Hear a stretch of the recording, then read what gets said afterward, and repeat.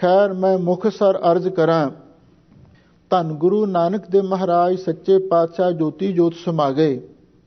उस तो बाद गुरसिख संगतां दे विच ये विचार चलने ही सी, कुदरती चली भी हुण गुरु नानक साहिब जी तो बाद किसनूं गुरु मन्निया जावे।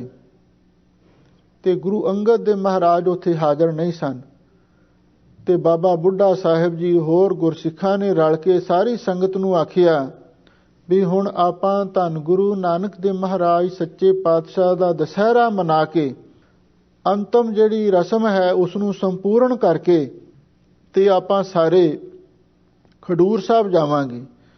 इसे तरह ही होया। बेअंत संगतां हुण धन गुरु नानक देव महाराज दे दर्शन करन वास्ते खडूर साहब पहुंचियां ने, क्योंकि हुण गुरु नानक साहब दूसरा रूप वटा के गुरु अंगद देव दे रूप दे विच प्रगट हो चुके सन। इधर धन गुरु अंगद देव महाराज सच्चे पातशाह जद तो गुरु नानक साहिब जी तो विछड़े और उथे अपने घर माता भराई दे गुरुद्वारे एक छोटी जी कोठड़ी सी, उहदे अंदर जाके बैठ गए ते माता भराई नूं कह दिता तू किसे नूं दसना नहीं बई गुरु अंगद देव इत्थे बैठे ने।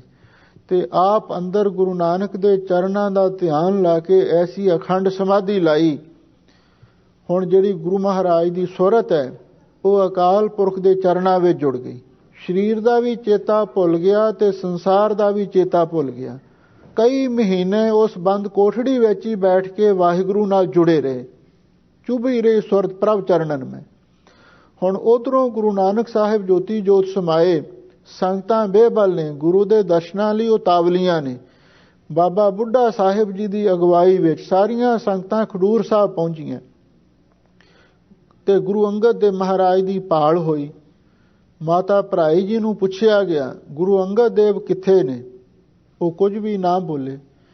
बाबा बुढ़ा साहिब जी ब्रह्म ज्ञानी सन, उन्होंने अंदाजा लाया भी माता जी नूं गुरु महाराज ने वरजिया होवेगा, इन्हां ने सानू कुछ नहीं दसना क्योंकि गुरु दे बचनां ते पहरा दे रहे ने। आप ही हिम्मत कीती, एक कोठड़ी दा दरवाजा जो ताजा इट्टां दे नाल चिण के बंद कीता होया सी, ओहदियां इट्टां उखेड़नियां शुरू कर दित्तियां।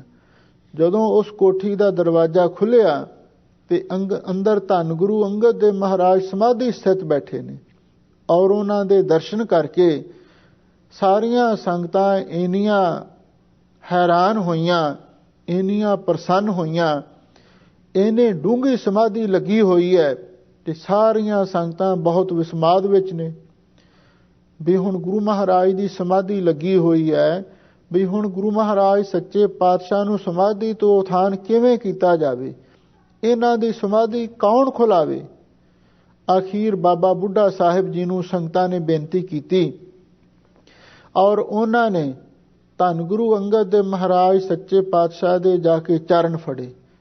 उन्हां नूं चरनां नूं फड़ के हौली हौली पलोसना शुरू कर दिता ते जदों नाल ही धन गुरु नानक देव महाराज दे चरनां विच अरदासां भी संगतां कर रहीआं ने।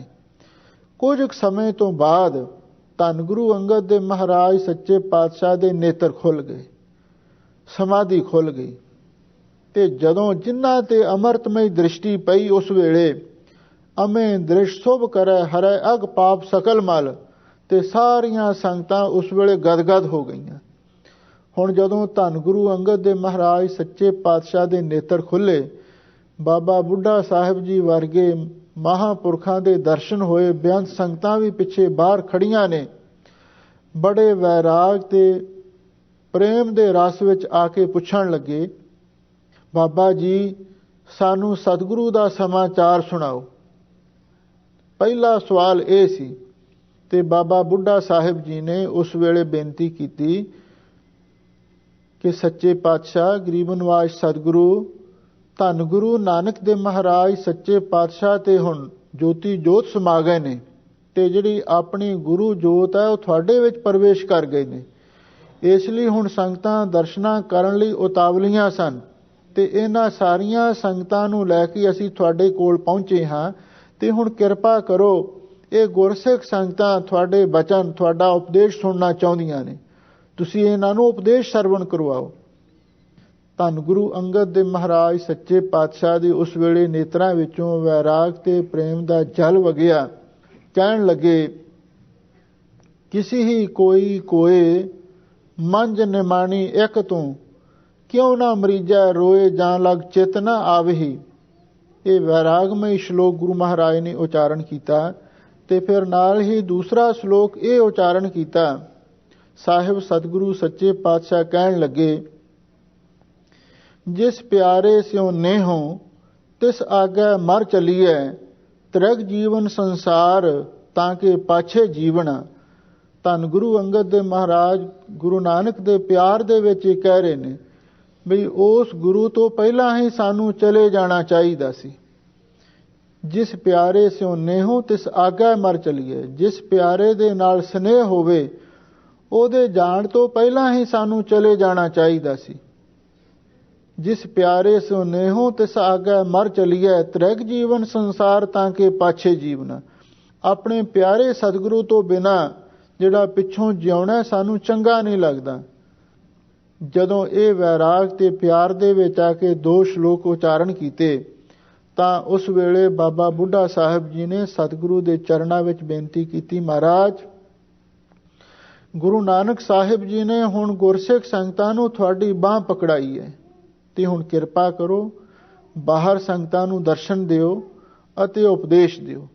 ਤਾਂ ਉਸ ਵੇਲੇ ਗੁਰੂ ਅੰਗਦ ਦੇ ਮਹਾਰਾਜ ਸੱਚੇ ਪਾਤਸ਼ਾਹ ਨੇ, ਕਿਉਂਕਿ ਕਈ ਮਹੀਨਿਆਂ ਤੋਂ ਅੰਦਰ ਬੈਠੇ ਸਨ, ਇਸ਼ਨਾਨ ਕੀਤਾ, ਬਸਤਰ ਪਹਿਨੇ, ਦੀਵਾਨ ਸਜਾਇਆ ਗਿਆ, ਰਬਾਬੀ ਕੀਰਤਨ ਕਰ ਰਹੇ ਨੇ ਤੇ ਧੰਨ ਗੁਰੂ ਅੰਗਦ ਦੇ ਮਹਾਰਾਜ ਸੱਚੇ ਪਾਤਸ਼ਾਹ ਪਹਿਲੀ ਵਾਰ ਹੁਣ ਗੁਰਤਾ ਦੇ ਸਿੰਘਾਸਨ ਤੇ ਸੰਗਤਾਂ ਦੇ ਦਰਮਿਆਨ ਬੈਠੇ ਨੇ।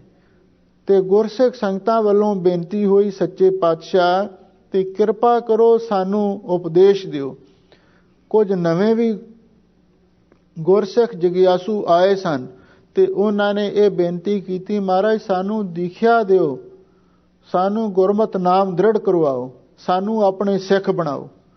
ਹੁਣ ਜਦੋਂ ਗੁਰਸਿੱਖ ਸੰਗਤਾਂ ਵੱਲੋਂ ਇਹ ਬੇਨਤੀ ਕੀਤੀ ਗਈ ਤੇ ਇਹ ਜਿਹੜਾ ਸ਼ਲੋਕ ਆ ਰਿਹਾ ਹੈ ਨਾ, ਜਿਸ ਦੀ ਵਿਚਾਰ ਤੁਸੀਂ ਸੁਣਨੀ ਹੈ, ਇਹ ਧੰਨ ਗੁਰੂ ਅੰਗਦ ਦੇ ਮਹਾਰਾਜ ਸੱਚੇ ਪਾਤਸ਼ਾਹ ਨੇ ਗੁਰਤਾ ਦੇ ਤਖਤ ਤੇ ਬੈਠ ਕੇ ਇਹ ਉਸ ਵੇਲੇ ਜਿਹੜੇ ਗੁਰੂ ਨਾਨਕ ਦੇ ਸਿੱਖ ਆਏ ਨੇ, ਗੁਰੂ ਕੀਆਂ ਸੰਗਤਾਂ ਆਈਆਂ ਨੇ, ਉਹਨਾਂ ਨੂੰ ਮੁਖਾਤਬ ਹੋ ਕੇ ਇਹ ਪਾਵਨ ਪਵਿੱਤਰ ਸ਼ਲੋਕ ਉਚਾਰਨ ਕੀਤਾ ਹੈ।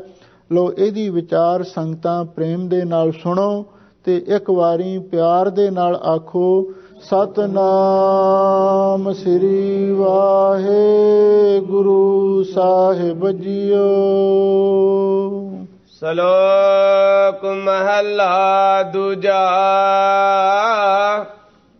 ਦਿਖਿਆ ਆਖ ਬੁਝਾਇਆ, ਸਿਫਤੀ ਸਚ ਸਮਿਓ। ਤਿਨ ਕੋ ਕਿਆ ਉਪਦੇਸੀਐ, ਜਿਨ ਗੁਰ ਨਾਨਕ ਦੇਓ। ਧੰਨ ਗੁਰੂ ਅੰਗਦ ਦੇ ਮਹਾਰਾਜ ਸੱਚੇ ਪਾਤਸ਼ਾਹ ਸਮੂਹ ਗੁਰਸਿੱਖ ਸੰਗਤਾਂ ਨੂੰ ਸੰਬੋਧਨ ਹੋ ਕੇ ਉਪਦੇਸ਼ ਦਿੰਦੇ ਹਨ। ਸਾਹਿਬ ਸਤਿਗੁਰੂ ਸੱਚੇ ਪਾਤਸ਼ਾਹ ਨੇ ਜਿਹੜੀ ਦੂਸਰੀ ਪੰਕਤੀ ਹੈ ਉਹਦੇ ਵਿੱਚ ਇਹ ਗੱਲ ਸਪਸ਼ਟ ਕੀਤੀ ਹੈ, ਤਿੰਨ ਕੋ ਕਿਆ ਉਪਦੇਸ਼ੀ ਹੈ, ਬਈ ਉਹਨਾਂ ਨੂੰ ਉਪਦੇਸ਼ ਦੇਣ ਦੀ ਕੀ ਲੋੜ ਹੈ। ਜਿਨ ਗੁਰੂ ਨਾਨਕ ਦੇਵ, ਜਿਨ੍ਹਾਂ ਨੇ ਗੁਰੂ ਨਾਨਕ ਦੇਵ ਜੀ ਦੀ ਸਿੱਖਿਆ ਤੇ ਗੁਰਸਿੱਖੀ ਨੂੰ ਧਾਰਨ ਕੀਤਾ ਹੈ, ਭਾਵ ਜਿਹੜੇ ਗੁਰੂ ਨਾਨਕ ਦੇ ਸਿੱਖ ਬਣ ਗਏ, ਜਿਨ੍ਹਾਂ ਨੇ ਗੁਰੂ ਨਾਨਕ ਦੀ ਦੀਖਿਆ ਤੇ ਸਿੱਖਿਆ ਪ੍ਰਾਪਤ ਕਰ ਲਈ, ਤੇ ਉਹਨਾਂ ਨੂੰ ਕਿਸੇ ਹੋਰ ਗੁਰੂ ਕੋਲ ਜਾਣ ਦੀ ਲੋੜ ਨਹੀਂ। ਬਹੁਤ ਸਾਰੇ ਸਾਡੇ ਸਿੱਖ ਵੀ ਭੁਲੇਖਿਆਂ ਵਿੱਚ ਪੈ ਜਾਂਦੇ ਨੇ, ਉਹ ਵੀ ਕਈ ਹੋਰ ਦੇਹਧਾਰੀ ਗੁਰੂਆਂ ਦੇ ਕੋਲ ਜਾਂਦੇ ਨੇ ਵੀ ਸਾਨੂੰ ਨਾਮ ਦੇ ਦਿਓ, ਸਾਨੂੰ ਸ਼ਬਦ ਦੇ ਦਿਓ। ਫਿਰ ਉਹਨਾਂ ਦੀ ਇਹ ਆਮ ਹੀ ਇਹ ਸ਼ਿਕਾਇਤ ਹੁੰਦੀ ਹੈ ਬਈ ਅਸੀਂ ਇੰਨੇ ਚਿਰ ਤੋਂ ਗੁਰੂ ਘਰ ਜਾਂਦੇ ਸਾਂ ਔਰ ਉੱਥੇ ਪਾਠ ਵੀ ਕਰਦੇ ਸਾਂ, ਬਾਣੀ ਵੀ ਪੜ੍ਹਦੇ ਸਾਂ, ਸੇਵਾ ਵੀ ਕਰਦੇ ਸਾਂ, ਪਰ ਸਾਨੂੰ ਕੁਝ ਨਹੀਂ ਮਿਲਿਆ।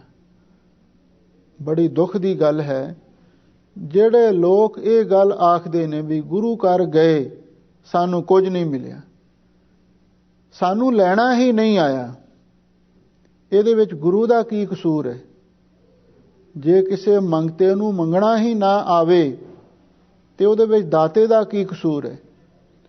ਸਤਿਗੁਰੂ ਮਹਾਰਾਜ ਸੱਚੇ ਪਾਤਸ਼ਾਹ ਤਾਂ ਸਭ ਨਿਧਾਨ 10 ਅਸ਼ਟ ਸਿਧਾਨ ਠਾਕੁਰ ਕਰ ਤਲ ਧਰਿਆ। ਜਨ ਨਾਨਕ ਬਲ ਬਲ ਸਦ ਬਲ ਜਾਈਐ ਤੇਰਾ ਅੰਤ ਨਾ ਪਾਰਾ ਵਰਿਆ। ਸਤਿਗੁਰੂ ਤਾਂ 9 ਨਿਧੀਆਂ 18 ਸਿੱਧੀਆਂ ਸਭ ਖਜ਼ਾਨੇ ਹੱਥ ਦੀ ਤਲੀ ਤੇ ਰੱਖ ਕੇ ਬੈਠੇ ਨੇ। ਬਈ ਕੋਈ ਗੁਰੂ ਦਾ ਸਿੱਖ ਮਾਈ ਪਾਈ ਆਵੇ ਤੇ ਲੈ ਜਾਵੇ। ਪਰ ਜੇ ਹੁਣ ਸਾਨੂੰ ਮੰਗਣਾ ਹੀ ਨਾ ਆਵੇ, ਲੈਣਾ ਹੀ ਨਾ ਆਵੇ, ਇਹਦੇ ਵਿੱਚ ਗੁਰੂ ਦਾ ਕੀ ਕਸੂਰ ਹੈ? ਭਗਤ ਕਬੀਰ ਜੀ ਦੇ ਬਚਨ ਬੜੇ ਸੁੰਦਰ ਨੇ ਤੇ ਸਾਡੇ ਤੇ ਬੜੇ ਢੁਕਵੇਂ ਉਚਾਰਨ ਕੀਤੇ ਨੇ। ਕਬੀਰ ਸਾਚਾ ਸਤਿਗੁਰ ਕਿਆ ਕਰੈ, ਜੋ ਸਿੱਖਾਂ ਮਹਿ ਚੂਕ, ਅੰਧੇ ਏਕ ਨਾ ਲਾਗੀ ਜੋ ਬਾਂਸ ਬਜਾਈਐ ਫੂਕ। ਉੱਥੇ ਸੱਚਾ ਸਤਿਗੁਰੂ ਵੀ ਕੀ ਕਰ ਸਕਦਾ ਹੈ ਜਿੱਥੇ ਸਿੱਖਾਂ ਦੇ ਵਿੱਚ ਹੀ ਉਕਾਈ ਹੈ, ਭੁੱਲ ਹੈ। ਇੱਕ ਪਾਸੇ ਗੁਰੂ ਨੂੰ ਆ ਕੇ ਮੱਥਾ ਟੇਕਦਾ ਹੈ, ਦੂਜੇ ਪਾਸੇ ਜਿਹੜੇ ਕੋਈ ਪੰਡਤ ਨੇ, ਪਾਧੇ ਨੇ, ਪੀਰ ਨੇ, ਉਹਨਾਂ ਦੇ ਜਾ ਕੇ ਵੀ ਪੈਰ ਫੜੀ ਜਾਂਦਾ। ਉੱਥੇ ਸੱਚਾ ਸਤਿਗੁਰੂ ਕੀ ਕਰੇਗਾ? ਜੇ ਗੁਰੂ ਤੇ ਵਿਸ਼ਵਾਸ ਹੀ ਨਹੀਂ, ਜੇ ਗੁਰੂ ਤੇ ਭਰੋਸਾ ਹੀ ਨਹੀਂ, ਉੱਥੇ ਗੁਰੂ ਕੀ ਕਰੇਗਾ? ਕਬੀਰ ਸਾਚਾ ਸਤਿਗੁਰ ਕਿਆ ਕਰੈ, ਜੋ ਸਿੱਖਾਂ ਮੈਂ ਚੂਕ। ਕਿ ਇਹੋ ਜਿਹੇ ਵੀ ਮਾਈ ਭਾਈ ਨੇ ਤੇ ਨਾਲੇ ਤੇ ਪਾਠ ਕਰੀ ਜਾਣਗੇ ਤੇ ਨਾਲੇ ਫਿਰ ਆ ਜਿਹੜੇ ਹੋਰ ਪੰਡਤ ਪਾਧੇ ਨੇ, ਪੀਰ ਨੇ, ਤੇ ਉਹਨਾਂ ਤੋਂ ਜੰਤਰ ਮੰਤਰ ਪੁੱਛੀ ਜਾਣਗੇ ਵੀ ਅਸੀਂ ਕੀ ਕਰੀਏ, ਕਿਵੇਂ ਕਰੀਏ, ਸਾਡਾ ਕੰਮ ਕਿਵੇਂ ਸਿਰੇ ਚੜ੍ਹ ਸਕਦਾ ਹੈ। 2 ਬੇੜੀਆਂ ਤੇ ਪੈਰ ਰੱਖ ਕੇ ਕਦੇ ਕੋਈ ਦਰਿਆ ਪਾਰ ਨਹੀਂ ਕਰ ਸਕਦਾ। ਇੱਕ ਮਿਆਨ ਵਿੱਚ 2 ਤਲਵਾਰਾਂ ਨਹੀਂ ਪੈ ਸਕਦੀਆਂ। ਇੱਕ ਜੰਗਲ ਦੇ ਵਿੱਚ 2 ਸ਼ੇਰ ਨਹੀਂ ਰਹਿ ਸਕਦੇ। ਤੇ ਸਾਨੂੰ ਵੀ ਇੱਕ ਦੇ ਬਣਨਾ ਪਵੇਗਾ, ਕਿਉਂਕਿ ਸਤਿਗੁਰੂ ਦਾ ਹੁਕਮ ਹੈ, ਤਰ ਜੀਅਰੇ ਇੱਕ ਟੇਕ ਤੂੰ, ਲਾਹੇ ਬਡਾਨੀ ਆਸ, ਨਾਨਕ ਨਾਮ ਤੇ ਆਈਐ ਕਾਰਜ ਆਵੈ ਰਾਸ। ਸਾਨੂੰ ਇਹ ਵਿਸ਼ਵਾਸ ਕਰਨਾ ਪਵੇਗਾ, ਜੋ ਗੁਰੂ ਦਾ ਹੁਕਮ ਹੈ, ਸਭ ਕਿਛ ਕਰਮੈ ਬਾਹਰ ਨਾਹੀ, ਬਾਹਰ ਟੋਲੇ ਸੋ ਪਰਮ ਭੁਲਾਹੀ। ਇਸ ਗੁਰੂ ਘਰ ਦੇ ਵਿੱਚੋਂ ਹੀ ਸਾਨੂੰ ਸਭ ਦਾਤਾਂ ਪ੍ਰਾਪਤ ਹੋਣੀਆਂ ਨੇ। ਇੱਥੇ ਆਓ, ਮਰਜ਼ਾਦਾ ਅਨੁਸਾਰ ਆਓ ਤੇ ਤਰੀਕੇ ਦੇ ਨਾਲ ਮੰਗੋ, ਤੇ ਫਿਰ ਗੁਰੂ ਤੁਹਾਨੂੰ ਸਭ ਕੁਝ ਦੇਣ ਲਈ ਤਿਆਰ ਬੈਠਾ। ਇਸੇ ਲਈ ਸੱਚੇ ਸਤਿਗੁਰੂ ਵਿੱਚ ਕੋਈ ਕਸੂਰ ਨਹੀਂ, ਉਹਦੇ ਵਿੱਚ ਕੋਈ ਘਾਟ ਨਹੀਂ। ਘਾਟ ਸਾਡੇ ਆਪਣੇ ਵਿੱਚ ਹੈ। ਸਾਨੂੰ ਮੰਗਣਾ ਨਹੀਂ ਆਉਂਦਾ, ਅਸੀਂ ਗੁਰੂ ਦੇ ਬਣੇ ਹੀ ਨਹੀਂ, ਸਾਨੂੰ ਗੁਰੂ ਤੇ ਪੂਰਨ ਵਿਸ਼ਵਾਸ ਹੀ ਨਹੀਂ, ਸਾਡਾ ਮਨ ਡੋਲਦਾ ਰਹਿੰਦਾ।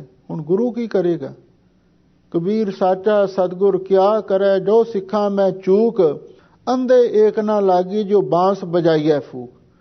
ਇਸ ਲਈ ਗੁਰੂ ਵਾਲੇ ਬਣੋ, ਇਹ ਗੁਰੂ ਦੀ ਸਿੱਖਿਆ ਹੈ। ਜਿਹੜਾ ਗੁਰੂ ਨਾਨਕ ਦਾ ਸਿੱਖ ਬਣ ਗਿਆ, ਉਹਨੂੰ ਕਿਸੇ ਹੋਰ ਪਾਸੇ ਭਟਕਣ ਦੀ, ਕਿਸੇ ਹੋਰ ਪਾਸੇ ਜਾਣ ਦੀ ਲੋੜ ਹੀ ਨਹੀਂ। ਧੰਨ ਗੁਰੂ ਅੰਗਦ ਦੇ ਮਹਾਰਾਜ ਸੱਚੇ ਪਾਤਸ਼ਾਹ ਇਹੀ ਤਾਂ ਸਿੱਖਿਆ ਸਾਨੂੰ ਦੇ ਰਹੇ ਨੇ। ਤਿੰਨ ਕੋ ਕਿਆ ਉਪਦੇਸ਼ੀਆ ਜਿਨ ਗੁਰੂ ਨਾਨਕ ਦਿਓ। ਉਹ ਜਿਨ੍ਹਾਂ ਦੇ ਗੁਰੂ ਨਾਨਕ ਦੇ ਪਾਤਸ਼ਾਹ ਗੁਰੂ ਬਣ ਗਏ, ਤੇ ਫਿਰ ਉਹਨਾਂ ਨੂੰ ਕੌਣ ਉਪਦੇਸ਼ ਦੇ ਸਕਦਾ? ਗੁਰੂ ਨਾਨਕ ਤੋਂ ਵੱਡਾ ਕਿਹੜਾ ਗੁਰੂ ਹੋ ਸਕਦਾ? ਕਿਹਦੇ ਕੋਲ ਜਾਓਗੇ? ਇਸ ਲਈ ਸਾਨੂੰ ਇਹ ਵਿਸ਼ਵਾਸ ਕਰਨਾ ਚਾਹੀਦਾ ਹੈ, ਸਭ ਤੇ ਵੱਡਾ ਸਤਿਗੁਰੂ ਨਾਨਕ ਜਿਨ ਕਲ ਰਾਖੀ ਮੇਰੀ। ਸਾਡਾ ਗੁਰੂ ਸਭ ਤੋਂ ਵੱਡਾ ਹੈ। 16 ਕਲਾ ਸੰਪੂਰਨ ਫਲਿਆ, ਅੰਤ ਕਲਾ ਹੋਏ ਠਾਕੁਰ ਚੜਿਆ। ਜਿਹੜੇ ਵਿਸ਼ਨੂੰ ਦੇ 24 ਅਵਤਾਰ ਹੋਏ ਨੇ, ਉਹਨਾਂ ਵਿੱਚੋਂ ਕ੍ਰਿਸ਼ਨ ਅਵਤਾਰ ਨੂੰ ਸੰਪੂਰਨ ਅਵਤਾਰ ਮੰਨਿਆ। ਉਹਦੇ ਵਿੱਚ 16 ਕਲਾ ਸਨ। ਪਰ ਧੰਨ ਗੁਰੂ ਨਾਨਕ ਦੇਵ ਮਹਾਰਾਜ ਦੇ ਬਾਰੇ ਸਤਿਗੁਰੂ ਦੀ ਬਾਣੀ ਦਾ ਫੈਸਲਾ ਹੈ, ਅਨੰਤ ਕਲਾ ਹੋਏ ਠਾਕੁਰ ਚੜਿਆ।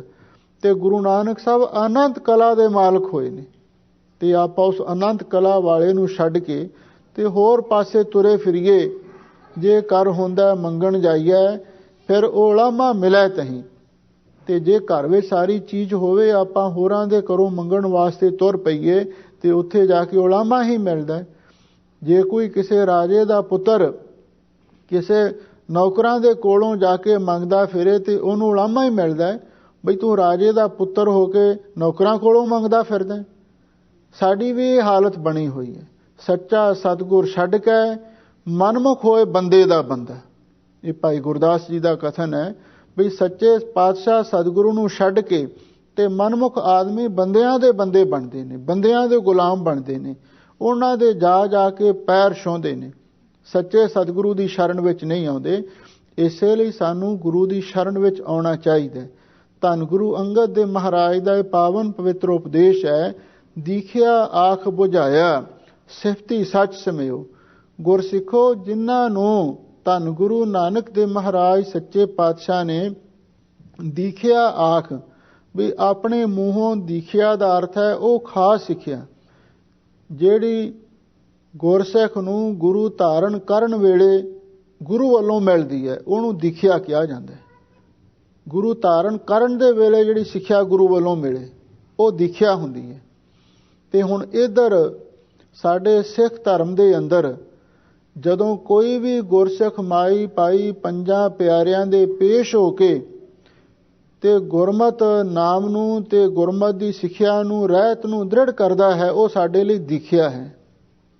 ਦੀਖਿਆ ਆਖ ਬੁਝਾਇਆ, ਵੀ ਜਿਸ ਨੂੰ ਗੁਰੂ ਨਾਨਕ ਸਾਹਿਬ ਜੀ ਨੇ ਆਪ ਦੀਖਿਆ ਆਖ ਕੇ ਉਹ ਖਾਸ ਸਿੱਖਿਆ ਉਚਾਰਨ ਕਰਕੇ ਤੇ ਜਿਹੜਾ ਗੁਰਮਤ ਦਾ ਗੋਝ ਸਿਧਾਂਤ ਬੁਝਾ ਦਿੱਤਾ ਹੈ, ਤੇ ਨਾਲ ਇਹ ਆਖਿਆ ਸਿਫਤੀ ਸੱਚ ਸਿਮਿਓ, ਵੀ ਗੁਰਮੁਖੋ ਤੁਹਾਨੂੰ ਜੋ ਦੀਖਿਆ ਗੁਰੂ ਵੱਲੋਂ ਦੀਖਿਆ ਤੇ ਸਿੱਖਿਆ ਮਿਲੀ ਹੈ, ਤੁਸੀਂ ਉਹਦੇ ਉੱਤੇ ਅਮਲ ਕਰਨਾ।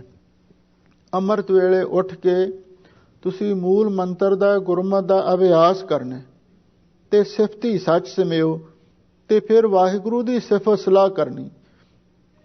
ਵਾਹਿਗੁਰੂ ਦਾ ਨਾਮ ਜਪ ਕੇ ਗੁਰੂ ਦੀ ਦੀਖਿਆ ਦਾ ਅਭਿਆਸ ਕਰਕੇ ਤੇ ਨਾਲ ਉਸ ਪ੍ਰਭੂ ਦੀ ਸਿਫਤ ਸਲਾਹ ਕਰਕੇ ਸੱਚ ਸਿਮਿਓ, ਬਈ ਤੁਸੀਂ ਸੱਚ ਵਿੱਚ ਸਮਾ ਜਾਓ, ਸੱਚੇ ਅਕਾਲ ਪੁਰਖ ਦੇ ਵਿੱਚ ਲੀਨ ਹੋ ਜਾਓ। ਜਿਨ੍ਹਾਂ ਨੂੰ ਗੁਰੂ ਨਾਨਕ ਸਾਹਿਬ ਜੀ ਨੇ ਆਪ ਦੀਖਿਆ ਤੇ ਸਿੱਖਿਆ ਉਚਾਰਨ ਕਰਕੇ ਇਹ ਗੱਲ ਸਮਝਾ ਦਿੱਤੀ ਹੋਵੇ, ਬਈ ਤੁਸੀਂ ਨਾਮ ਜਪ ਕੇ ਕੀਰਤਨ ਭਗਤੀ ਕਰਕੇ ਵਾਹਿਗੁਰੂ ਵਿੱਚ ਲੀਨ ਹੋ ਜਾਓ। ਤੇ ਜਿਹੜੇ ਲੀਨ ਹੋ ਜਾਂਦੇ ਨੇ, ਤਿੰਨ ਕੋ ਕਿਆ ਉਪਦੇਸ਼ੀ ਹੈ, ਫਿਰ ਬਈ ਉਹਨਾਂ ਨੂੰ ਹੋਰ ਉਪਦੇਸ਼ ਦੇਣ ਦੀ ਕੀ ਲੋੜ ਹੈ? ਉਹਨਾਂ ਨੂੰ ਕਿਸੇ ਹੋਰ ਗੁਰੂ ਦੇ ਪਾਸ ਜਾਣ ਦੀ ਕੀ ਲੋੜ ਹੈ? ਬਿਲਕੁਲ ਕੋਈ ਲੋੜ ਨਹੀਂ। ਜਿਨ ਗੁਰੂ ਨਾਨਕ ਦੇਵ ਜਿਨ੍ਹਾਂ ਦਾ ਗੁਰੂ ਨਾਨਕ ਪਾਤਸ਼ਾਹ ਬਣ ਗਏ ਨੇ, ਔਰ ਉਹਨਾਂ ਨੂੰ ਕਿਸੇ ਹੋਰ ਪਾਸੇ ਪੰਡਤ ਪਾਧਿਆਂ ਕੋਲ, ਦੇਹ ਧਾਰੀਆਂ ਦੇ ਕੋਲ, ਪੀਰਾਂ ਫਕੀਰਾਂ ਦੇ ਕੋਲ ਜਾਣ ਦੀ ਲੋੜ ਨਹੀਂ ਰਹਿ ਜਾਂਦੀ। ਮਹੱਲਾ ਪਹਿਲਾ, ਆਪ ਬੁਝਾਏ ਸੋਈ ਬੁਝੈ। ਹੁਣ ਅੱਗੇ ਧੰਨ ਗੁਰੂ ਨਾਨਕ ਤੇ ਮਹਾਰਾਜ ਦਾ ਸ਼ਲੋਕ ਆ ਰਿਹਾ ਹੈ। ਸਾਹਿਬ ਸਤਿਗੁਰੂ ਸੱਚੇ ਪਾਤਸ਼ਾਹ ਫਰਮਾਉਂਦੇ ਨੇ, ਭਾਈ ਇੱਕ ਗੱਲ ਇਹ ਵੀ ਯਾਦ ਰੱਖਣ ਵਾਲੀ ਹੈ, ਅਸੀਂ ਯਤਨ ਕਰਦੇ ਹਾਂ ਵੱਧ ਤੋਂ ਵੱਧ ਕਾਮਯਾਬ ਹੋਣ ਵਾਸਤੇ, ਵੀ ਅਸੀਂ ਵੱਧ ਤੋਂ ਵੱਧ ਆਤਮਿਕ ਗਿਆਨ ਤੇ ਬ੍ਰਹਮ ਗਿਆਨ ਵੀ ਹਾਸਲ ਕਰੀਏ। ਪਰ ਹਜ਼ੂਰ ਕਹਿੰਦੇ ਨੇ ਇਹ ਗੱਲ ਸਾਡੇ ਆਪਣੇ ਵੱਸ ਦੀ ਨਹੀਂ, ਇਹ ਵਾਹਿਗੁਰੂ ਦੀ ਕਿਰਪਾ ਨਾਲ, ਗੁਰੂ ਦੀ ਬਖਸ਼ਿਸ਼ ਦੇ ਨਾਲ ਪ੍ਰਾਪਤ ਹੋਣ ਵਾਲੀ ਹੈ। ਆਪ ਬੁਝਾਏ ਸੋਈ ਬੁਝੈ। ਹਜ਼ੂਰ ਕਹਿੰਦੇ ਜਿਸ ਨੂੰ ਉਹ ਮਾਲਕ ਕਰਤਾ ਪੁਰਖ ਅਥਵਾ ਗੁਰੂ ਪਰਮੇਸ਼ਰ ਆਪ ਹੀ ਸਹੀ ਰਸਤਾ ਬੁਝਾ ਦੇਵੇ, ਵੀ ਆ ਪ੍ਰਭੂ ਦੇ ਮਿਲਣ ਦਾ ਰਸਤਾ ਹੈ, ਜਿਸ ਨੂੰ ਸਹੀ ਰਸਤਾ ਆਪ ਹੀ ਬੁਝਾ ਦੇਵੇ, ਸੋਈ ਬੁਝੈ, ਉਹੀ ਉਸ ਨੂੰ ਬੁਝ ਸਕਦਾ ਹੈ। ਜਿਸ ਆਪ ਸੁਝਾਏ ਤਿਸ ਸਭ ਕਿਛ ਸੂਝੈ। ਸਾਹਿਬ ਸਤਿਗੁਰੂ ਸੱਚੇ ਪਾਤਸ਼ਾਹ ਫਰਮਾਉਂਦੇ ਨੇ, ਜਿਸ ਨੂੰ ਅਕਾਲ ਪੁਰਖ ਵਾਹਿਗੁਰੂ ਅਥਵਾ ਗੁਰੂ ਪਰਮੇਸ਼ਰ ਆਪ ਹੀ ਆਤਮ ਗਿਆਨ ਦੀ ਸੁਝਾਏ ਸੋਝੀ ਦੇਵੇ ਤੇ ਸਭ ਕੁਝ ਸੂਝੈ, ਉਹਨੂੰ ਸਾਰਾ ਕੁਝ ਹੀ ਸੁੱਝ ਪੈਂਦਾ। ਉਹਨੂੰ ਪਤਾ ਲੱਗ ਜਾਂਦਾ, ਜੋ ਬ੍ਰਹਮੰਡੇ ਸੋਈ ਪਿੰਡੇ, ਜੋ ਖੋਜੈ ਸੋ ਪਾਵੈ, ਪੀਪਾ ਪ੍ਰਣਵੈ ਪਰਮ ਤਤ ਹੈ, ਸਤਿਗੁਰ ਹੋਏ ਲਿਖਾਵੇ। ਉਹ ਵਾਹਿਗੁਰੂ ਸਤਿਗੁਰੂ ਰੂਪ ਹੋ ਕੇ ਇਹ ਆਗਮ ਤੇ ਨਿਗਮ ਦੀ ਸਾਨੂੰ ਸੋਝੀ ਬਖਸ਼ਿਸ਼ ਕਰਦਾ। ਹਜ਼ੂਰ ਕਹਿੰਦੇ ਨੇ, ਜਿਸ ਨੂੰ ਗੁਰੂ ਪਰਮੇਸ਼ਰ ਆਪ ਹੀ ਆਤਮਿਕ ਗਿਆਨ ਬਾਰੇ ਸੁਝਾਵੇ, ਉਸ ਨੂੰ ਸਭ ਕੁਝ ਸੁੱਝ ਪੈਂਦਾ, ਸਾਰਾ ਕੁਝ ਨਜ਼ਰ ਆ ਜਾਂਦਾ ਹੈ। ਹੁਣ ਤੇ ਅਸੀਂ ਅੱਖਾਂ ਮੀਟਦੇ ਹਾਂ, ਸਾਨੂੰ ਆਪਣੇ ਅੰਦਰ ਕੇਵਲ ਹਨੇਰਾ ਹੀ ਦਿਸਦਾ। ਤੇ ਜੇ ਆਪਾਂ ਹੋਰ ਥੋੜਾ ਜਿਹਾ ਆਪਣੇ ਮਨ ਵੱਲ ਝਾਤ ਮਾਰ ਕੇ ਦੇਖਦੇ ਹਾਂ, ਤੇ ਫਿਰ ਮਨ ਦੇ ਸੰਕਲਪ, ਵਿਕਲਪ, ਕਾਮ, ਕ੍ਰੋਧ, ਲੋਭ, ਮੋਹ, ਹੰਕਾਰ ਇਹ ਸਾਨੂੰ ਨਜ਼ਰ ਆਉਣਗੇ। ਪਰ ਇਹਨਾਂ ਦੇ ਪਿੱਛੇ ਪਰਮਾਤਮਾ ਦੀ ਜੋਤ ਹੈ। ਇਹ ਤੇ ਦਰਵਾਜ਼ੇ ਨੇ, ਇਹ ਕਵਾੜ ਨੇ, ਇਹਨਾਂ ਤੋਂ ਅੱਗੇ ਜਾਣਾ ਪਵੇਗਾ। ਤੇ ਜਦੋਂ ਇਹਨਾਂ ਦਰਵਾਜ਼ਿਆਂ ਨੂੰ ਅਸੀਂ ਪਾਰ ਕਰ ਜਾਵਾਂਗੇ, ਤੇ ਫਿਰ ਸਾਨੂੰ ਜੋ ਸਤਿਗੁਰੂ ਦੇ ਬਚਨ ਨੇ, ਘਟ ਘਟ ਮੈਂ ਹਰਜੂ ਬਸੈ ਸੰਤਨ ਕਹਿਓ ਪੁਕਾਰ, ਵੀ ਘਟਾਂ ਘਟਾਂ ਵਿੱਚ ਪਰਮੇਸ਼ਰ ਵਸਦਾ। ਅੰਮ੍ਰਿਤ ਨਾਮ ਦਾ ਸੋਮਾ ਵੀ ਸਾਡੇ ਅੰਦਰ ਹੀ ਮੌਜੂਦ ਹੈ। ਘਰ ਹੀ ਮੈਂ ਅੰਮ੍ਰਿਤ ਭਰਪੂਰ ਹੈ, ਮਨ ਮੁਖਾਂ ਸਾਧ ਨਾ ਪਾਇਆ। ਪਰ ਜਦੋਂ ਗੁਰੂ ਦੀ ਕਿਰਪਾ ਹੋ ਜਾਵੇ ਤੇ ਫਿਰ ਅੰਦਰੋਂ ਹੀ ਸਾਰਾ ਕੁਝ ਸੁੱਝ ਪੈਂਦਾ, ਦਿਸ ਪੈਂਦਾ ਹੈ। ਕਹਿ ਕਹਿ ਕਥਨ ਮਾਇਆ ਲੂਝੈ। ਸਾਹਿਬ ਸਤਿਗੁਰੂ ਸੱਚੇ ਪਾਤਸ਼ਾਹ ਫਰਮਾਉਂਦੇ ਨੇ, ਭਾਈ ਜਿਹੜੇ ਆਮ ਦੁਨੀਆ ਦੇ ਲੋਕ ਨੇ, ਕਹਿ ਕਹਿ ਕਥਨਾ, ਉਹ ਜਿਹੜੇ ਪਿੱਛੇ ਕੋਈ ਹੋਰ ਰਿਸ਼ੀਆਂ ਮੁਨੀਆਂ ਦੇ ਵਿਖਿਆਨ ਕੀਤੇ ਹੋਏ ਨੇ, ਤੇ ਉਹਨਾਂ ਨੂੰ ਕਹਿ ਕਹਿ ਕੇ, ਉਹਨਾਂ ਨੂੰ ਦੁਬਾਰਾ ਰਿਪੀਟ ਕਰ ਕਰਕੇ ਲੋਕਾਂ ਨੂੰ ਸੁਣਾਉਂਦੇ ਨੇ, ਤੇ ਮਾਇਆ ਲੁੱਝੈ, ਤੇ ਮਾਇਆ ਦੇ ਲਈ ਲੁੱਝਦੇ ਨੇ, ਮਾਇਆ ਦੇ ਲਈ ਝਗੜਾ ਕਰਦੇ ਨੇ। ਬਈ ਅਸੀਂ ਤੁਹਾਨੂੰ ਪਾਠ ਕਰਕੇ ਸੁਣਾਇਆ, ਅਸੀਂ ਤੁਹਾਨੂੰ ਕਥਾ ਵਿਖਿਆਨ ਕਰਕੇ ਸੁਣਾਇਆ, ਤੇ ਸਾਨੂੰ ਇੰਨੀ ਭੇਟਾ ਦਿਓ। ਇਹ ਪੰਡਤ ਲੋਕਾਂ ਦੀ, ਪੇਸ਼ਾਵਰ ਲੋਕਾਂ ਦੀ ਗੱਲ ਗੁਰੂ ਮਹਾਰਾਜ ਬਿਆਨ ਕਰਦੇ ਹਨ, ਵੀ ਜਿਹੜੇ ਐਸੇ ਪੰਡਤ ਲੋਕ ਨੇ, ਪੀਰ ਨੇ, ਪਾਧੇ ਨੇ, ਭਾਈ ਨੇ, ਗ੍ਰੰਥੀ ਨੇ, ਸਾਰੇ ਇਹਦੇ ਵਿੱਚ ਆ ਜਾਂਦੇ ਨੇ। ਕਹਿ ਕਹਿ ਕਥਨਾ ਮਾਇਆ ਲੁੱਝੈ, ਉਹ ਜਿਹੜੇ ਪਿੱਛੇ ਲੋਕਾਂ ਦੇ ਪਹਿਲਾਂ ਹੀ ਕਥਨ ਵਿਖਿਆਨ ਕੀਤੇ ਹੋਏ ਨੇ, ਕਿਤਾਬਾਂ ਲਿਖੀਆਂ ਹੋਈਆਂ ਨੇ, ਬੇਅੰਤ ਪੁਸਤਕਾਂ ਲਿਖੀਆਂ ਹੋਈਆਂ ਨੇ, ਤੇ ਉਹਨਾਂ ਨੂੰ ਕਹਿ ਕਹਿ ਕੇ, ਉਹਨਾਂ ਨੂੰ ਪੜ੍ਹ ਪੜ੍ਹ ਕੇ ਸੁਣਾਉਂਦੇ ਨੇ, ਤੇ ਮਾਇਆ ਲੁੱਝੈ, ਮਾਇਆ ਦੇ ਲਈ ਝਗੜਾ ਕਰਦੇ ਹਨ। ਹੁਕਮੀ ਸਗਲ ਕਰੇ ਆਕਾਰ। ਸਾਹਿਬ ਸਤਿਗੁਰੂ ਸੱਚੇ ਪਾਤਸ਼ਾਹ ਫਰਮਾਉਂਦੇ ਨੇ, ਉਸ ਅਕਾਲ ਪੁਰਖ ਵਾਹਿਗੁਰੂ ਨੇ ਆਪਣੇ ਹੁਕਮ ਦੇ ਅੰਦਰ ਹੀ ਕਰੇ ਆਕਾਰ। ਜਿਤਨੇ ਵੀ ਆਕਾਰ ਨੇ, ਆਕਾਰ ਤੋਂ ਮੁਰਾਦ ਹੈ ਰੰਗ ਰੂਪ। ਆ ਜਿਤਨੇ ਵੀ ਆਕਾਰ ਨੇ, ਰੰਗ ਰੂਪ ਨੇ, ਜਿੰਨੇ ਵੀ ਵਜੂਦ ਨੇ, ਇਹ ਸਾਰੇ ਵਾਹਿਗੁਰੂ ਨੇ ਹੁਕਮ ਦੁਆਰਾ ਪੈਦਾ ਕੀਤੇ ਨੇ। ਕਿਉਂਕਿ ਜਪਜੀ ਸਾਹਿਬ ਦੀ ਦੂਸਰੀ ਪੌੜੀ ਵਿੱਚ ਵੀ ਗੁਰੂ ਮਹਾਰਾਜ ਨੇ ਇਹ ਬਚਨ ਉਚਾਰਨ ਕੀਤੇ ਸਨ, ਹੁਕਮੀ ਹੋਵਨ ਆਕਾਰ, ਹੁਕਮ ਨਾ ਕਹਿਆ ਜਾਏ। ਆ ਜਿੰਨੇ ਵੀ ਆਕਾਰ ਨੇ, ਰੰਗ ਰੂਪ ਨੇ, ਇਹ ਸਾਰੇ ਵਾਹਿਗੁਰੂ ਪਰਮੇਸ਼ਰ ਨੇ ਆਪ ਹੀ ਪੈਦਾ ਕੀਤੇ ਹਨ। ਆਪੇ ਜਾਣੈ ਸਰਬ ਵਿਚਾਰ। ਸਾਹਿਬ ਸਤਿਗੁਰੂ ਸੱਚੇ ਪਾਤਸ਼ਾਹ ਫਰਮਾਉਂਦੇ ਨੇ, ਜਿਤਨੇ ਵੀ ਆਕਾਰ ਨੇ, ਜਿਤਨੇ ਵੀ ਜੀਵਾਂ ਦੇ ਸਰੀਰ ਨੇ, ਉਹਨਾਂ ਦੇ ਅੰਦਰ ਕਿਹੋ ਜਿਹੀ ਵਿਚਾਰ ਹੈ, ਉਹਨਾਂ ਸਾਰਿਆਂ ਦੀ ਵਿਚਾਰ ਨੂੰ ਵੀ ਉਹ ਅਕਾਲ ਪੁਰਖ ਵਾਹਿਗੁਰੂ ਆਪ ਹੀ ਜਾਣਦਾ। ਮੇਰੇ ਮਨ ਵਿੱਚ ਕੋਈ ਹੋਰ ਗੱਲ ਹੈ, ਤੁਹਾਡੇ ਮਨ ਵਿੱਚ ਕੋਈ ਹੋਰ ਗੱਲ ਹੈ। ਹਰ ਮਨੁੱਖ ਦੇ ਵਿਚਾਰ ਤੇ ਖਿਆਲ ਵੱਖੋ ਵੱਖਰੇ ਹੁੰਦੇ ਨੇ, ਪਰ ਹਜ਼ੂਰ ਕਹਿੰਦੇ ਉਹ ਅਕਾਲ ਪੁਰਖ ਵਾਹਿਗੁਰੂ ਸਾਰਿਆਂ ਦੇ ਵਿਚਾਰ ਨੂੰ ਜਾਣਦਾ ਹੈ। ਅੱਖਰ ਨਾਨਕ ਅਖਿਓ ਆਪ। ਧੰਨ ਗੁਰੂ ਨਾਨਕ ਦੇਵ ਮਹਾਰਾਜ ਸੱਚੇ ਪਾਤਸ਼ਾਹ ਫਰਮਾਉਂਦੇ ਨੇ, ਭਾਈ ਅੱਖਰ ਨਾਨਕ ਅਖਿਓ ਆਪ। ਅੱਖਰ ਦਾ ਅਰਥ ਹੈ ਉਪਦੇਸ਼, ਕਿਉਂਕਿ ਗੁਰਬਾਣੀ ਸਾਰੀ ਅੱਖਰਾਂ ਦੇ ਵਿੱਚ ਹੀ ਲਿਖੀ ਹੋਈ ਹੈ ਨਾ। ਸ਼ਬਦ ਦੇ ਦੋ ਰੂਪ ਵਿਦਵਾਨਾਂ ਨੇ ਲਿਖੇ ਹਨ, ਇੱਕ ਵਰਣਾਤਮਕ ਰੂਪ ਹੁੰਦਾ, ਦੂਸਰਾ ਤੁਨਾਤਮਕ ਰੂਪ ਹੁੰਦਾ। ਜਿਹੜਾ ਵਰਣਾਤਮਕ ਰੂਪ ਉਹ ਹੁੰਦਾ ਜਿਹੜੀ ਬਾਣੀ ਅੱਖਰਾਂ ਦੇ ਵਿੱਚ ਲਿਖੀ ਜਾਂਦੀ ਹੈ, ਤੇ ਤੁਨਾਤਮਕ ਰੂਪ ਉਹ ਹੁੰਦਾ ਜਿਹੜੀ ਰਸਨਾ ਤੋਂ ਉਚਾਰਨ ਕੀਤੀ ਜਾਵੇ। ਇਹ ਦੋ ਰੂਪ ਨੇ ਬਾਣੀ ਦੇ। ਤੇ ਹਜ਼ੂਰ ਕਹਿੰਦੇ ਨੇ, ਅੱਖਰ ਨਾਨਕ ਅਖਿਓ ਆਪ। ਆ ਜਿਹੜੇ ਗੁਰਬਾਣੀ ਦੇ ਅੱਖਰ ਨੇ, ਗੁਰਬਾਣੀ ਦੇ ਉਪਦੇਸ਼ ਨੇ, ਧੰਨ ਗੁਰੂ ਨਾਨਕ ਦੇਵ ਮਹਾਰਾਜ ਕਹਿੰਦੇ ਇਹ ਮੈਂ ਨਹੀਂ ਉਚਾਰਨ ਕੀਤੇ। ਅੱਖਰ ਨਾਨਕ ਅਖਿਓ ਆਪ। ਇਹ ਜਿਹੜੇ ਗੁਰਬਾਣੀ ਦੇ ਅੱਖਰ ਨੇ, ਇਹ ਉਸ ਅਕਾਲ ਪੁਰਖ ਵਾਹਿਗੁਰੂ ਨੇ ਆਪ, ਅਖਿਓ ਦਾ ਅਰਥ ਹੈ ਉਚਾਰਨ ਕੀਤੇ ਨੇ। ਕਿਉਂਕਿ ਸਤਿਗੁਰੂ ਜਦੋਂ ਵੀ ਬਾਣੀ ਉਚਾਰਨ ਕਰਦੇ ਸਨ, ਉਹਨਾਂ ਦਾ ਇਹੀ ਕਥਨ ਹੁੰਦਾ ਸੀ, ਹਉ ਆਪਹੁ ਬੋਲ ਨਾ ਜਾਣਦਾ, ਮੈਂ ਕਹਿਆ ਸਭ ਹੁਕਮਾਓ ਜੀ। ਸਤਿਗੁਰੂ ਦੀ ਬਾਣੀ ਨੂੰ ਇਸੇ ਲਈ ਈਸ਼ਵਰੀ ਬਾਣੀ, ਇਲਾਹੀ ਪੈਗਾਮ, ਤੁਰਕੀ ਬਾਣੀ ਆਖਿਆ ਜਾਂਦਾ ਹੈ, ਕਿਉਂਕਿ ਗੁਰੂ ਨਾਨਕ ਸਾਹਿਬ ਸੱਚੇ ਪਾਤਸ਼ਾਹ ਕਹਿੰਦੇ ਨੇ, ਜੋ ਵੀ ਗੁਰਬਾਣੀ ਦੇ ਅੱਖਰ ਉਚਾਰਨ ਕੀਤੇ ਨੇ, ਇਹ ਮੈਂ ਨਹੀਂ ਕੀਤੇ। ਅੱਖਰ ਨਾਨਕ ਅਖਿਓ ਆਪ। ਇਹ ਜਿਹੜਾ ਉਪਦੇਸ਼ ਹੈ ਗੁਰਬਾਣੀ ਦਾ, ਇਹ ਉਸ ਅਕਾਲ ਪੁਰਖ ਵਾਹਿਗੁਰੂ ਨੇ ਆਪ ਹੀ ਉਚਾਰਨ ਕੀਤਾ ਹੈ। ਭਾਵ ਮੇਰੇ ਰਾਹੀਂ ਅਕਾਲ ਪੁਰਖ ਨੇ ਲੋਕਾਂ ਨੂੰ ਇਹ ਉਪਦੇਸ਼ ਦਿੱਤਾ ਹੈ। ਲਹੈ ਭਾਰਤ ਹੋਵੇ ਜਿਸ ਦਾਤ।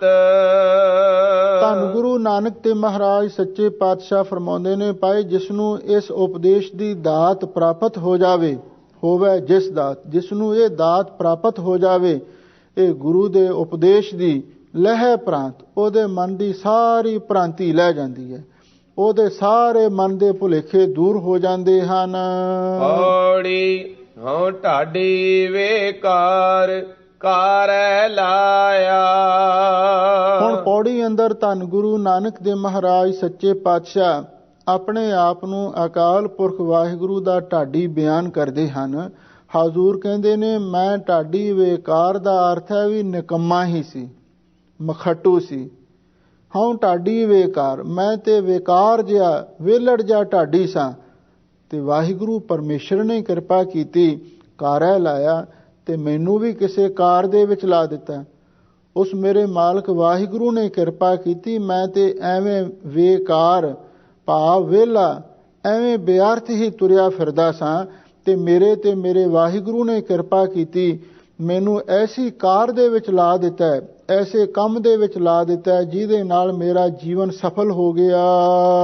ਰਾਤ ਦਿਹੈ ਕੈ ਵਾਰ ਧਰੋਂ ਫਰਮਾਇਆ। ਸਾਹਿਬ ਸਤਿਗੁਰੂ ਧੰਨ ਗੁਰੂ ਨਾਨਕ ਦੇਵ ਮਹਾਰਾਜ ਫਰਮਾਉਂਦੇ ਨੇ, ਉਸ ਮਾਲਕ ਨੇ ਤੁਰੋਂ ਫਰਮਾਇਆ, ਸਾਨੂੰ ਤੁਰ ਤੋਂ ਹੀ ਭਾਵ ਤੁਰ ਦਰਗਾਹ ਤੋਂ ਸੱਚਖੰਡ ਤੋਂ ਹੀ ਸਾਨੂੰ ਇਹ ਹੁਕਮ ਕਰ ਦਿੱਤਾ। ਕੀ ਹੁਕਮ ਕਰ ਦਿੱਤਾ ਹੈ? ਰਾਤ ਦਿਹੈ ਕੈ ਵਾਰ, ਬਈ ਤੂੰ ਰਾਤ ਹੋਵੇ ਚਾਹੇ ਦਿਨ ਹੋਵੇ, ਕੈ ਵਾਰ ਤੂੰ ਜਸ ਹੀ ਕਰਦੇ ਰਹਿਣਾ। ਧੰਨ ਗੁਰੂ ਨਾਨਕ ਦੇਵ ਮਹਾਰਾਜ ਸੱਚੇ ਪਾਤਸ਼ਾਹ ਜੋ ਅਕਾਲ ਪੁਰਖ ਵਾਹਿਗੁਰੂ ਪਰਮੇਸ਼ਰ ਵੱਲੋਂ ਹੁਕਮ ਹੋਇਆ ਉਹਦੇ ਬਾਰੇ ਇੱਥੇ ਜ਼ਿਕਰ ਕਰ ਰਹੇ ਨੇ, ਬਈ ਮੈਂ ਤੇ ਵਿਕਾਰ ਢਾਡੀ ਸਾਂ, ਵਿਹਲਾ ਤੁਰਿਆ ਫਿਰਦਾ ਸਾਂ, ਉਸਨੇ ਮੈਨੂੰ ਐਸੀ ਕਾਰ ਦੇ ਵਿੱਚ ਲਾ ਦਿੱਤਾ ਹੈ। ਉਹ ਕਾਰ ਕਿਹੜੀ ਹੈ? ਉਹ ਹੈ ਵਾਹਿਗੁਰੂ ਦੀ ਸਿਫਤ ਸਲਾਹ ਦੀ। ਰਾਤ ਦੇਹੈ ਕੈ ਵਾਰ, ਬਈ ਤੂੰ ਰਾਤ ਦਿਨ ਜਸ ਹੀ ਕਰਨਾ ਹੈ, ਕੀਰਤਨ ਹੀ ਕਰਨਾ ਹੈ, ਬਾਣੀ ਹੀ ਪੜ੍ਹਨੀ ਹੈ, ਨਾਮ ਹੀ ਜਪਣਾ ਹੈ।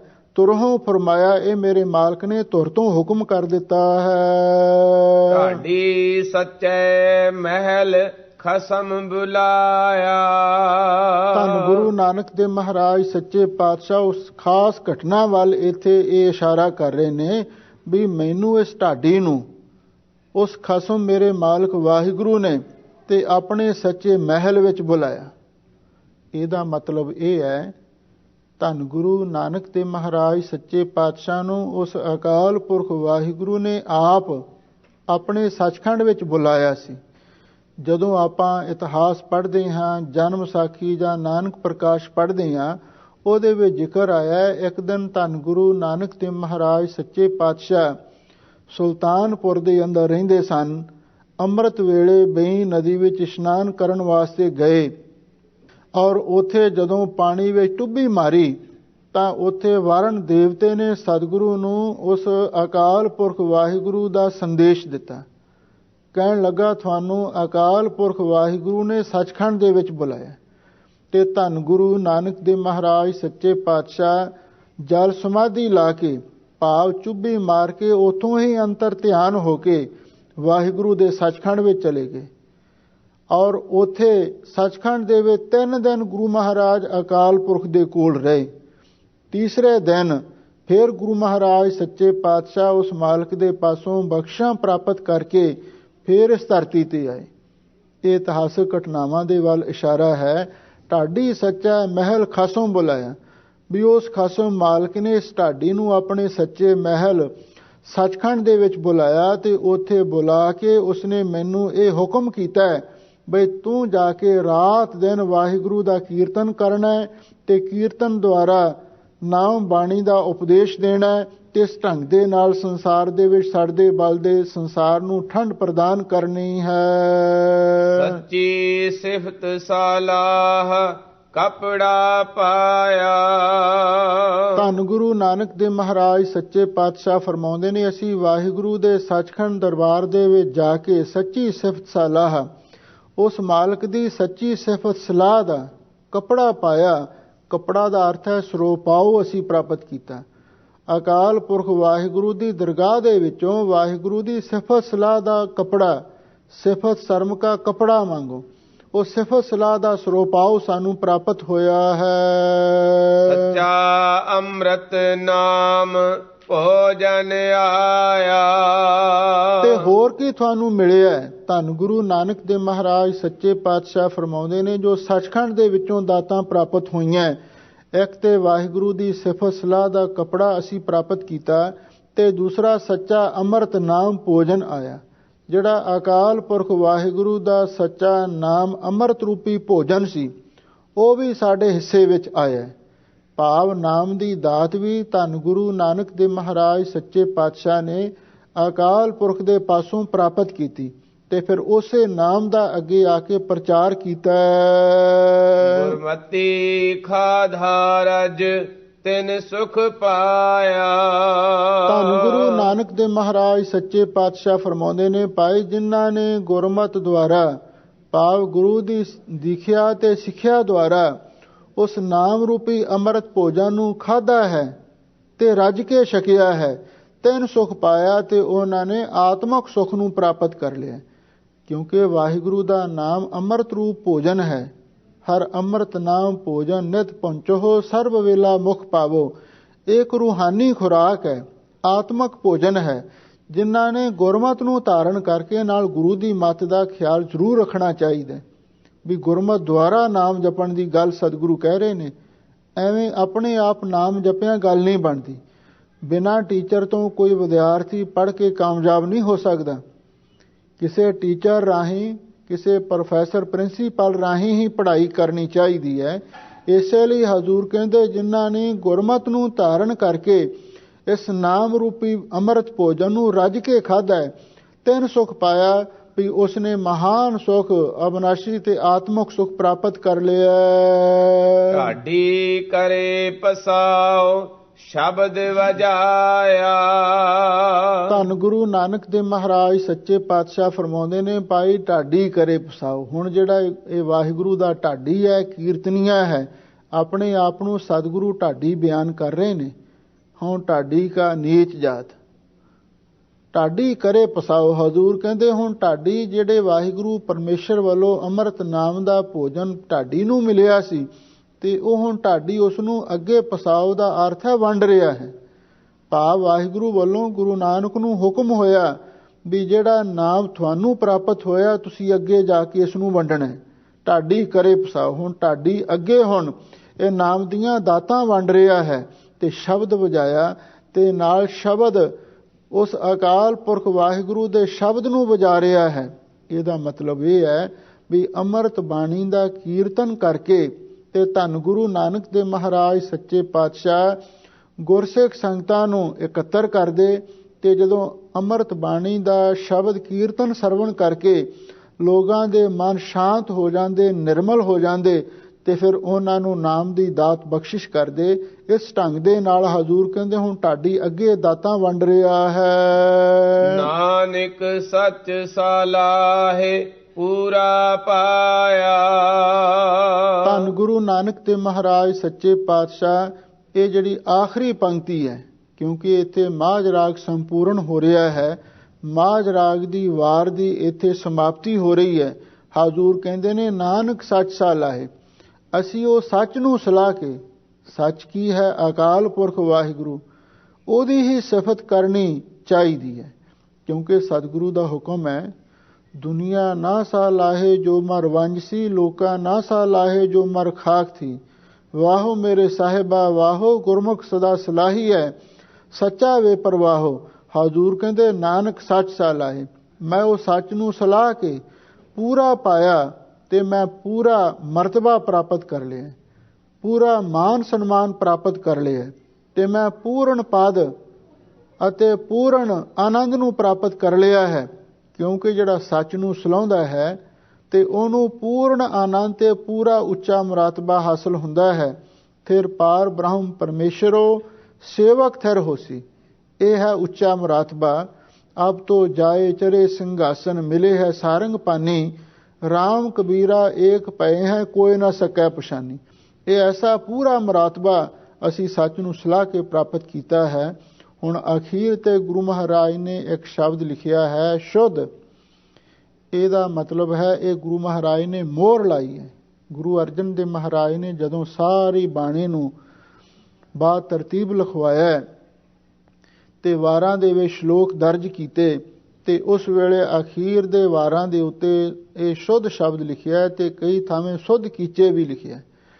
ਤੇ ਜਿਹੜੇ ਸੰਪਰਦਾਈ ਮਹਾਂਪੁਰਖ ਨੇ ਉਹ ਸ਼ੁੱਧ ਦਾ ਅਰਥ ਇਹ ਕਰਦੇ ਸਨ ਵੀ ਗੁਰੂ ਮਹਾਰਾਜ ਜਦੋਂ ਬਾਣੀ ਉਚਾਰਨ ਕਰਦੇ ਤੇ ਭਾਈ ਗੁਰਦਾਸ ਜੀ ਲਿਖਦੇ, ਫਿਰ ਉਹਦੀ ਦੁਬਾਰਾ ਸੁਧਾਈ ਹੁੰਦੀ ਤੇ ਸੁਧਾਈ ਹੋਣ ਤੋਂ ਬਾਅਦ ਜਦੋਂ ਐਨ ਪੂਰਾ ਅੱਖਰ ਅੱਖਰ ਤੇ ਹਰ ਲਗ ਮਾਤਰ ਐਨ ਪੂਰੀ ਸੁਧਾਈ ਨਾਲ ਲਿਖੀ ਜਾਂਦੀ ਤੇ ਗੁਰੂ ਮਹਾਰਾਜ ਉਸ ਵੇਲੇ ਆਪਣੇ ਹੱਥੀਂ ਇਹ ਸ਼ੁੱਧ ਲਿਖ ਦਿੰਦੇ, ਮੋਹਰ ਲਾ ਦਿੰਦੇ। ਇਹ ਮੋਹਰ ਹੈ ਸ਼ੁੱਧ, ਵੀ ਹੁਣ ਇਹ ਵਾਰ ਸ਼ੁੱਧ ਹੈ, ਇਹਦੇ ਵਿੱਚ ਕੋਈ ਕਿਸੇ ਕਿਸਮ ਦੀ ਕੋਈ ਘਾਟਵਾਦ ਨਹੀਂ ਹੈ। ਜੋ ਲਿਖਿਆ ਗੁਰੂ ਨੇ ਮੋਹਰ ਲਾ ਦਿੱਤੀ ਵੀ ਇਹ ਸ਼ੁੱਧ ਹੈ। ਔਰ ਇਹਦੇ ਉੱਤੇ ਨਿਸ਼ਚਾ ਕਰੋ, ਜੋ ਗੁਰੂ ਨੇ ਉਪਦੇਸ਼ ਦਿੱਤਾ ਉਹਨੂੰ ਮੰਨੋ, ਕਮਾਓ, ਇਹਦੇ ਨਾਲ ਤੁਹਾਡੇ ਜੀਵਨ ਦੀ ਸਫਲਤਾ ਹੋਵੇਗੀ। ਸੋ ਸਤਿਗੁਰੂ ਦੀ ਮਿਹਰ ਦੇ ਨਾਲ 150 ਪੰਨੇ ਇੱਥੇ ਸੰਪੂਰਨ ਹੋਏ ਨੇ। ਜਪਜੀ ਸਾਹਿਬ, ਰਹਿਰਾ ਸਾਹਿਬ ਜੀ ਦੇ ਸ਼ਬਦ ਤੇ ਸੋਹਲੇ ਬਾਣੀ ਦੀ ਕਥਾ, ਸ਼੍ਰੀ ਰਾਗ ਦੀ ਸੰਪੂਰਨ ਕਥਾ ਤੇ ਮਾਝ ਰਾਗ ਦੀ ਇੱਥੇ ਕਥਾ ਅੱਜ ਸੰਪੂਰਨ ਹੋਈ ਹੈ। ਸਾਹਿਬ ਸਤਿਗੁਰੂ ਸੱਚੇ ਪਾਤਸ਼ਾਹ ਬਖਸ਼ਿਸ਼ ਕਰਨ, ਜਿਵੇਂ ਇੱਥੋਂ ਤੱਕ ਕਥਾ ਸੰਪੂਰਨ ਕਰਵਾਈ ਹੈ ਤੇ ਰਹਿੰਦੀ ਕਥਾ ਵੀ ਸਤਿਗੁਰੂ ਆਪ ਬਖਸ਼ਿਸ਼ ਕਰਕੇ ਦਾਸ ਦੇ ਵੀ ਸਿਰ ਉੱਤੇ ਮਿਹਰ ਭਰਿਆ ਹੱਥ ਰੱਖ ਕੇ ਤੇ ਨਾਲ ਗੁਰਸੇਵਕਾਂ ਤੇ ਵੀ ਮਿਹਰ ਭਰਿਆ ਹੱਥ ਰੱਖ ਕੇ ਸਤਿਗੁਰੂ ਆਪ ਹੀ ਇਹ ਸੇਵਾ ਕਰਵਾਉਣ। ਸਾਹਿਬ ਸਤਿਗੁਰੂ ਸੱਚੇ ਪਾਤਸ਼ਾਹ ਨੇ ਜੋ ਉਪਦੇਸ਼ ਦਿੱਤਾ ਹੈ ਇਹਨੂੰ ਆਪਾਂ ਜੇ ਨਸ਼ੀਨ ਕਰੀਏ, ਆਪਣੇ ਹਿਰਦੇ ਵਿੱਚ ਵਸਾਈਏ, ਇਹਦੇ ਨਾਲ ਸਾਡੇ ਜੀਵਨ ਦੀ ਸਫਲਤਾ ਹੋਵੇਗੀ। ਸਭ ਸੰਗਤਾਂ ਦਾ ਹਾਰਦਿਕ ਧੰਨਵਾਦ। ਹੋਈਆਂ ਭੁੱਲਾਂ ਚੁੱਕਾਂ ਲਈ ਖਿਮਾ ਕਰਨਾ। ਢਾਡੀ ਕਰੇ ਪਸਾਉ ਸ਼ਬਦ ਵਜਾਇਆ, ਨਾਨਕ ਸੱਚ ਸਲਾਹੇ ਪੂਰਾ ਪਾਇਆ ਸੁਧ। ਵਾਹਿਗੁਰੂ ਜੀ ਕਾ ਖਾਲਸਾ, ਵਾਹਿਗੁਰੂ ਜੀ ਕੀ ਫਤਿਹ।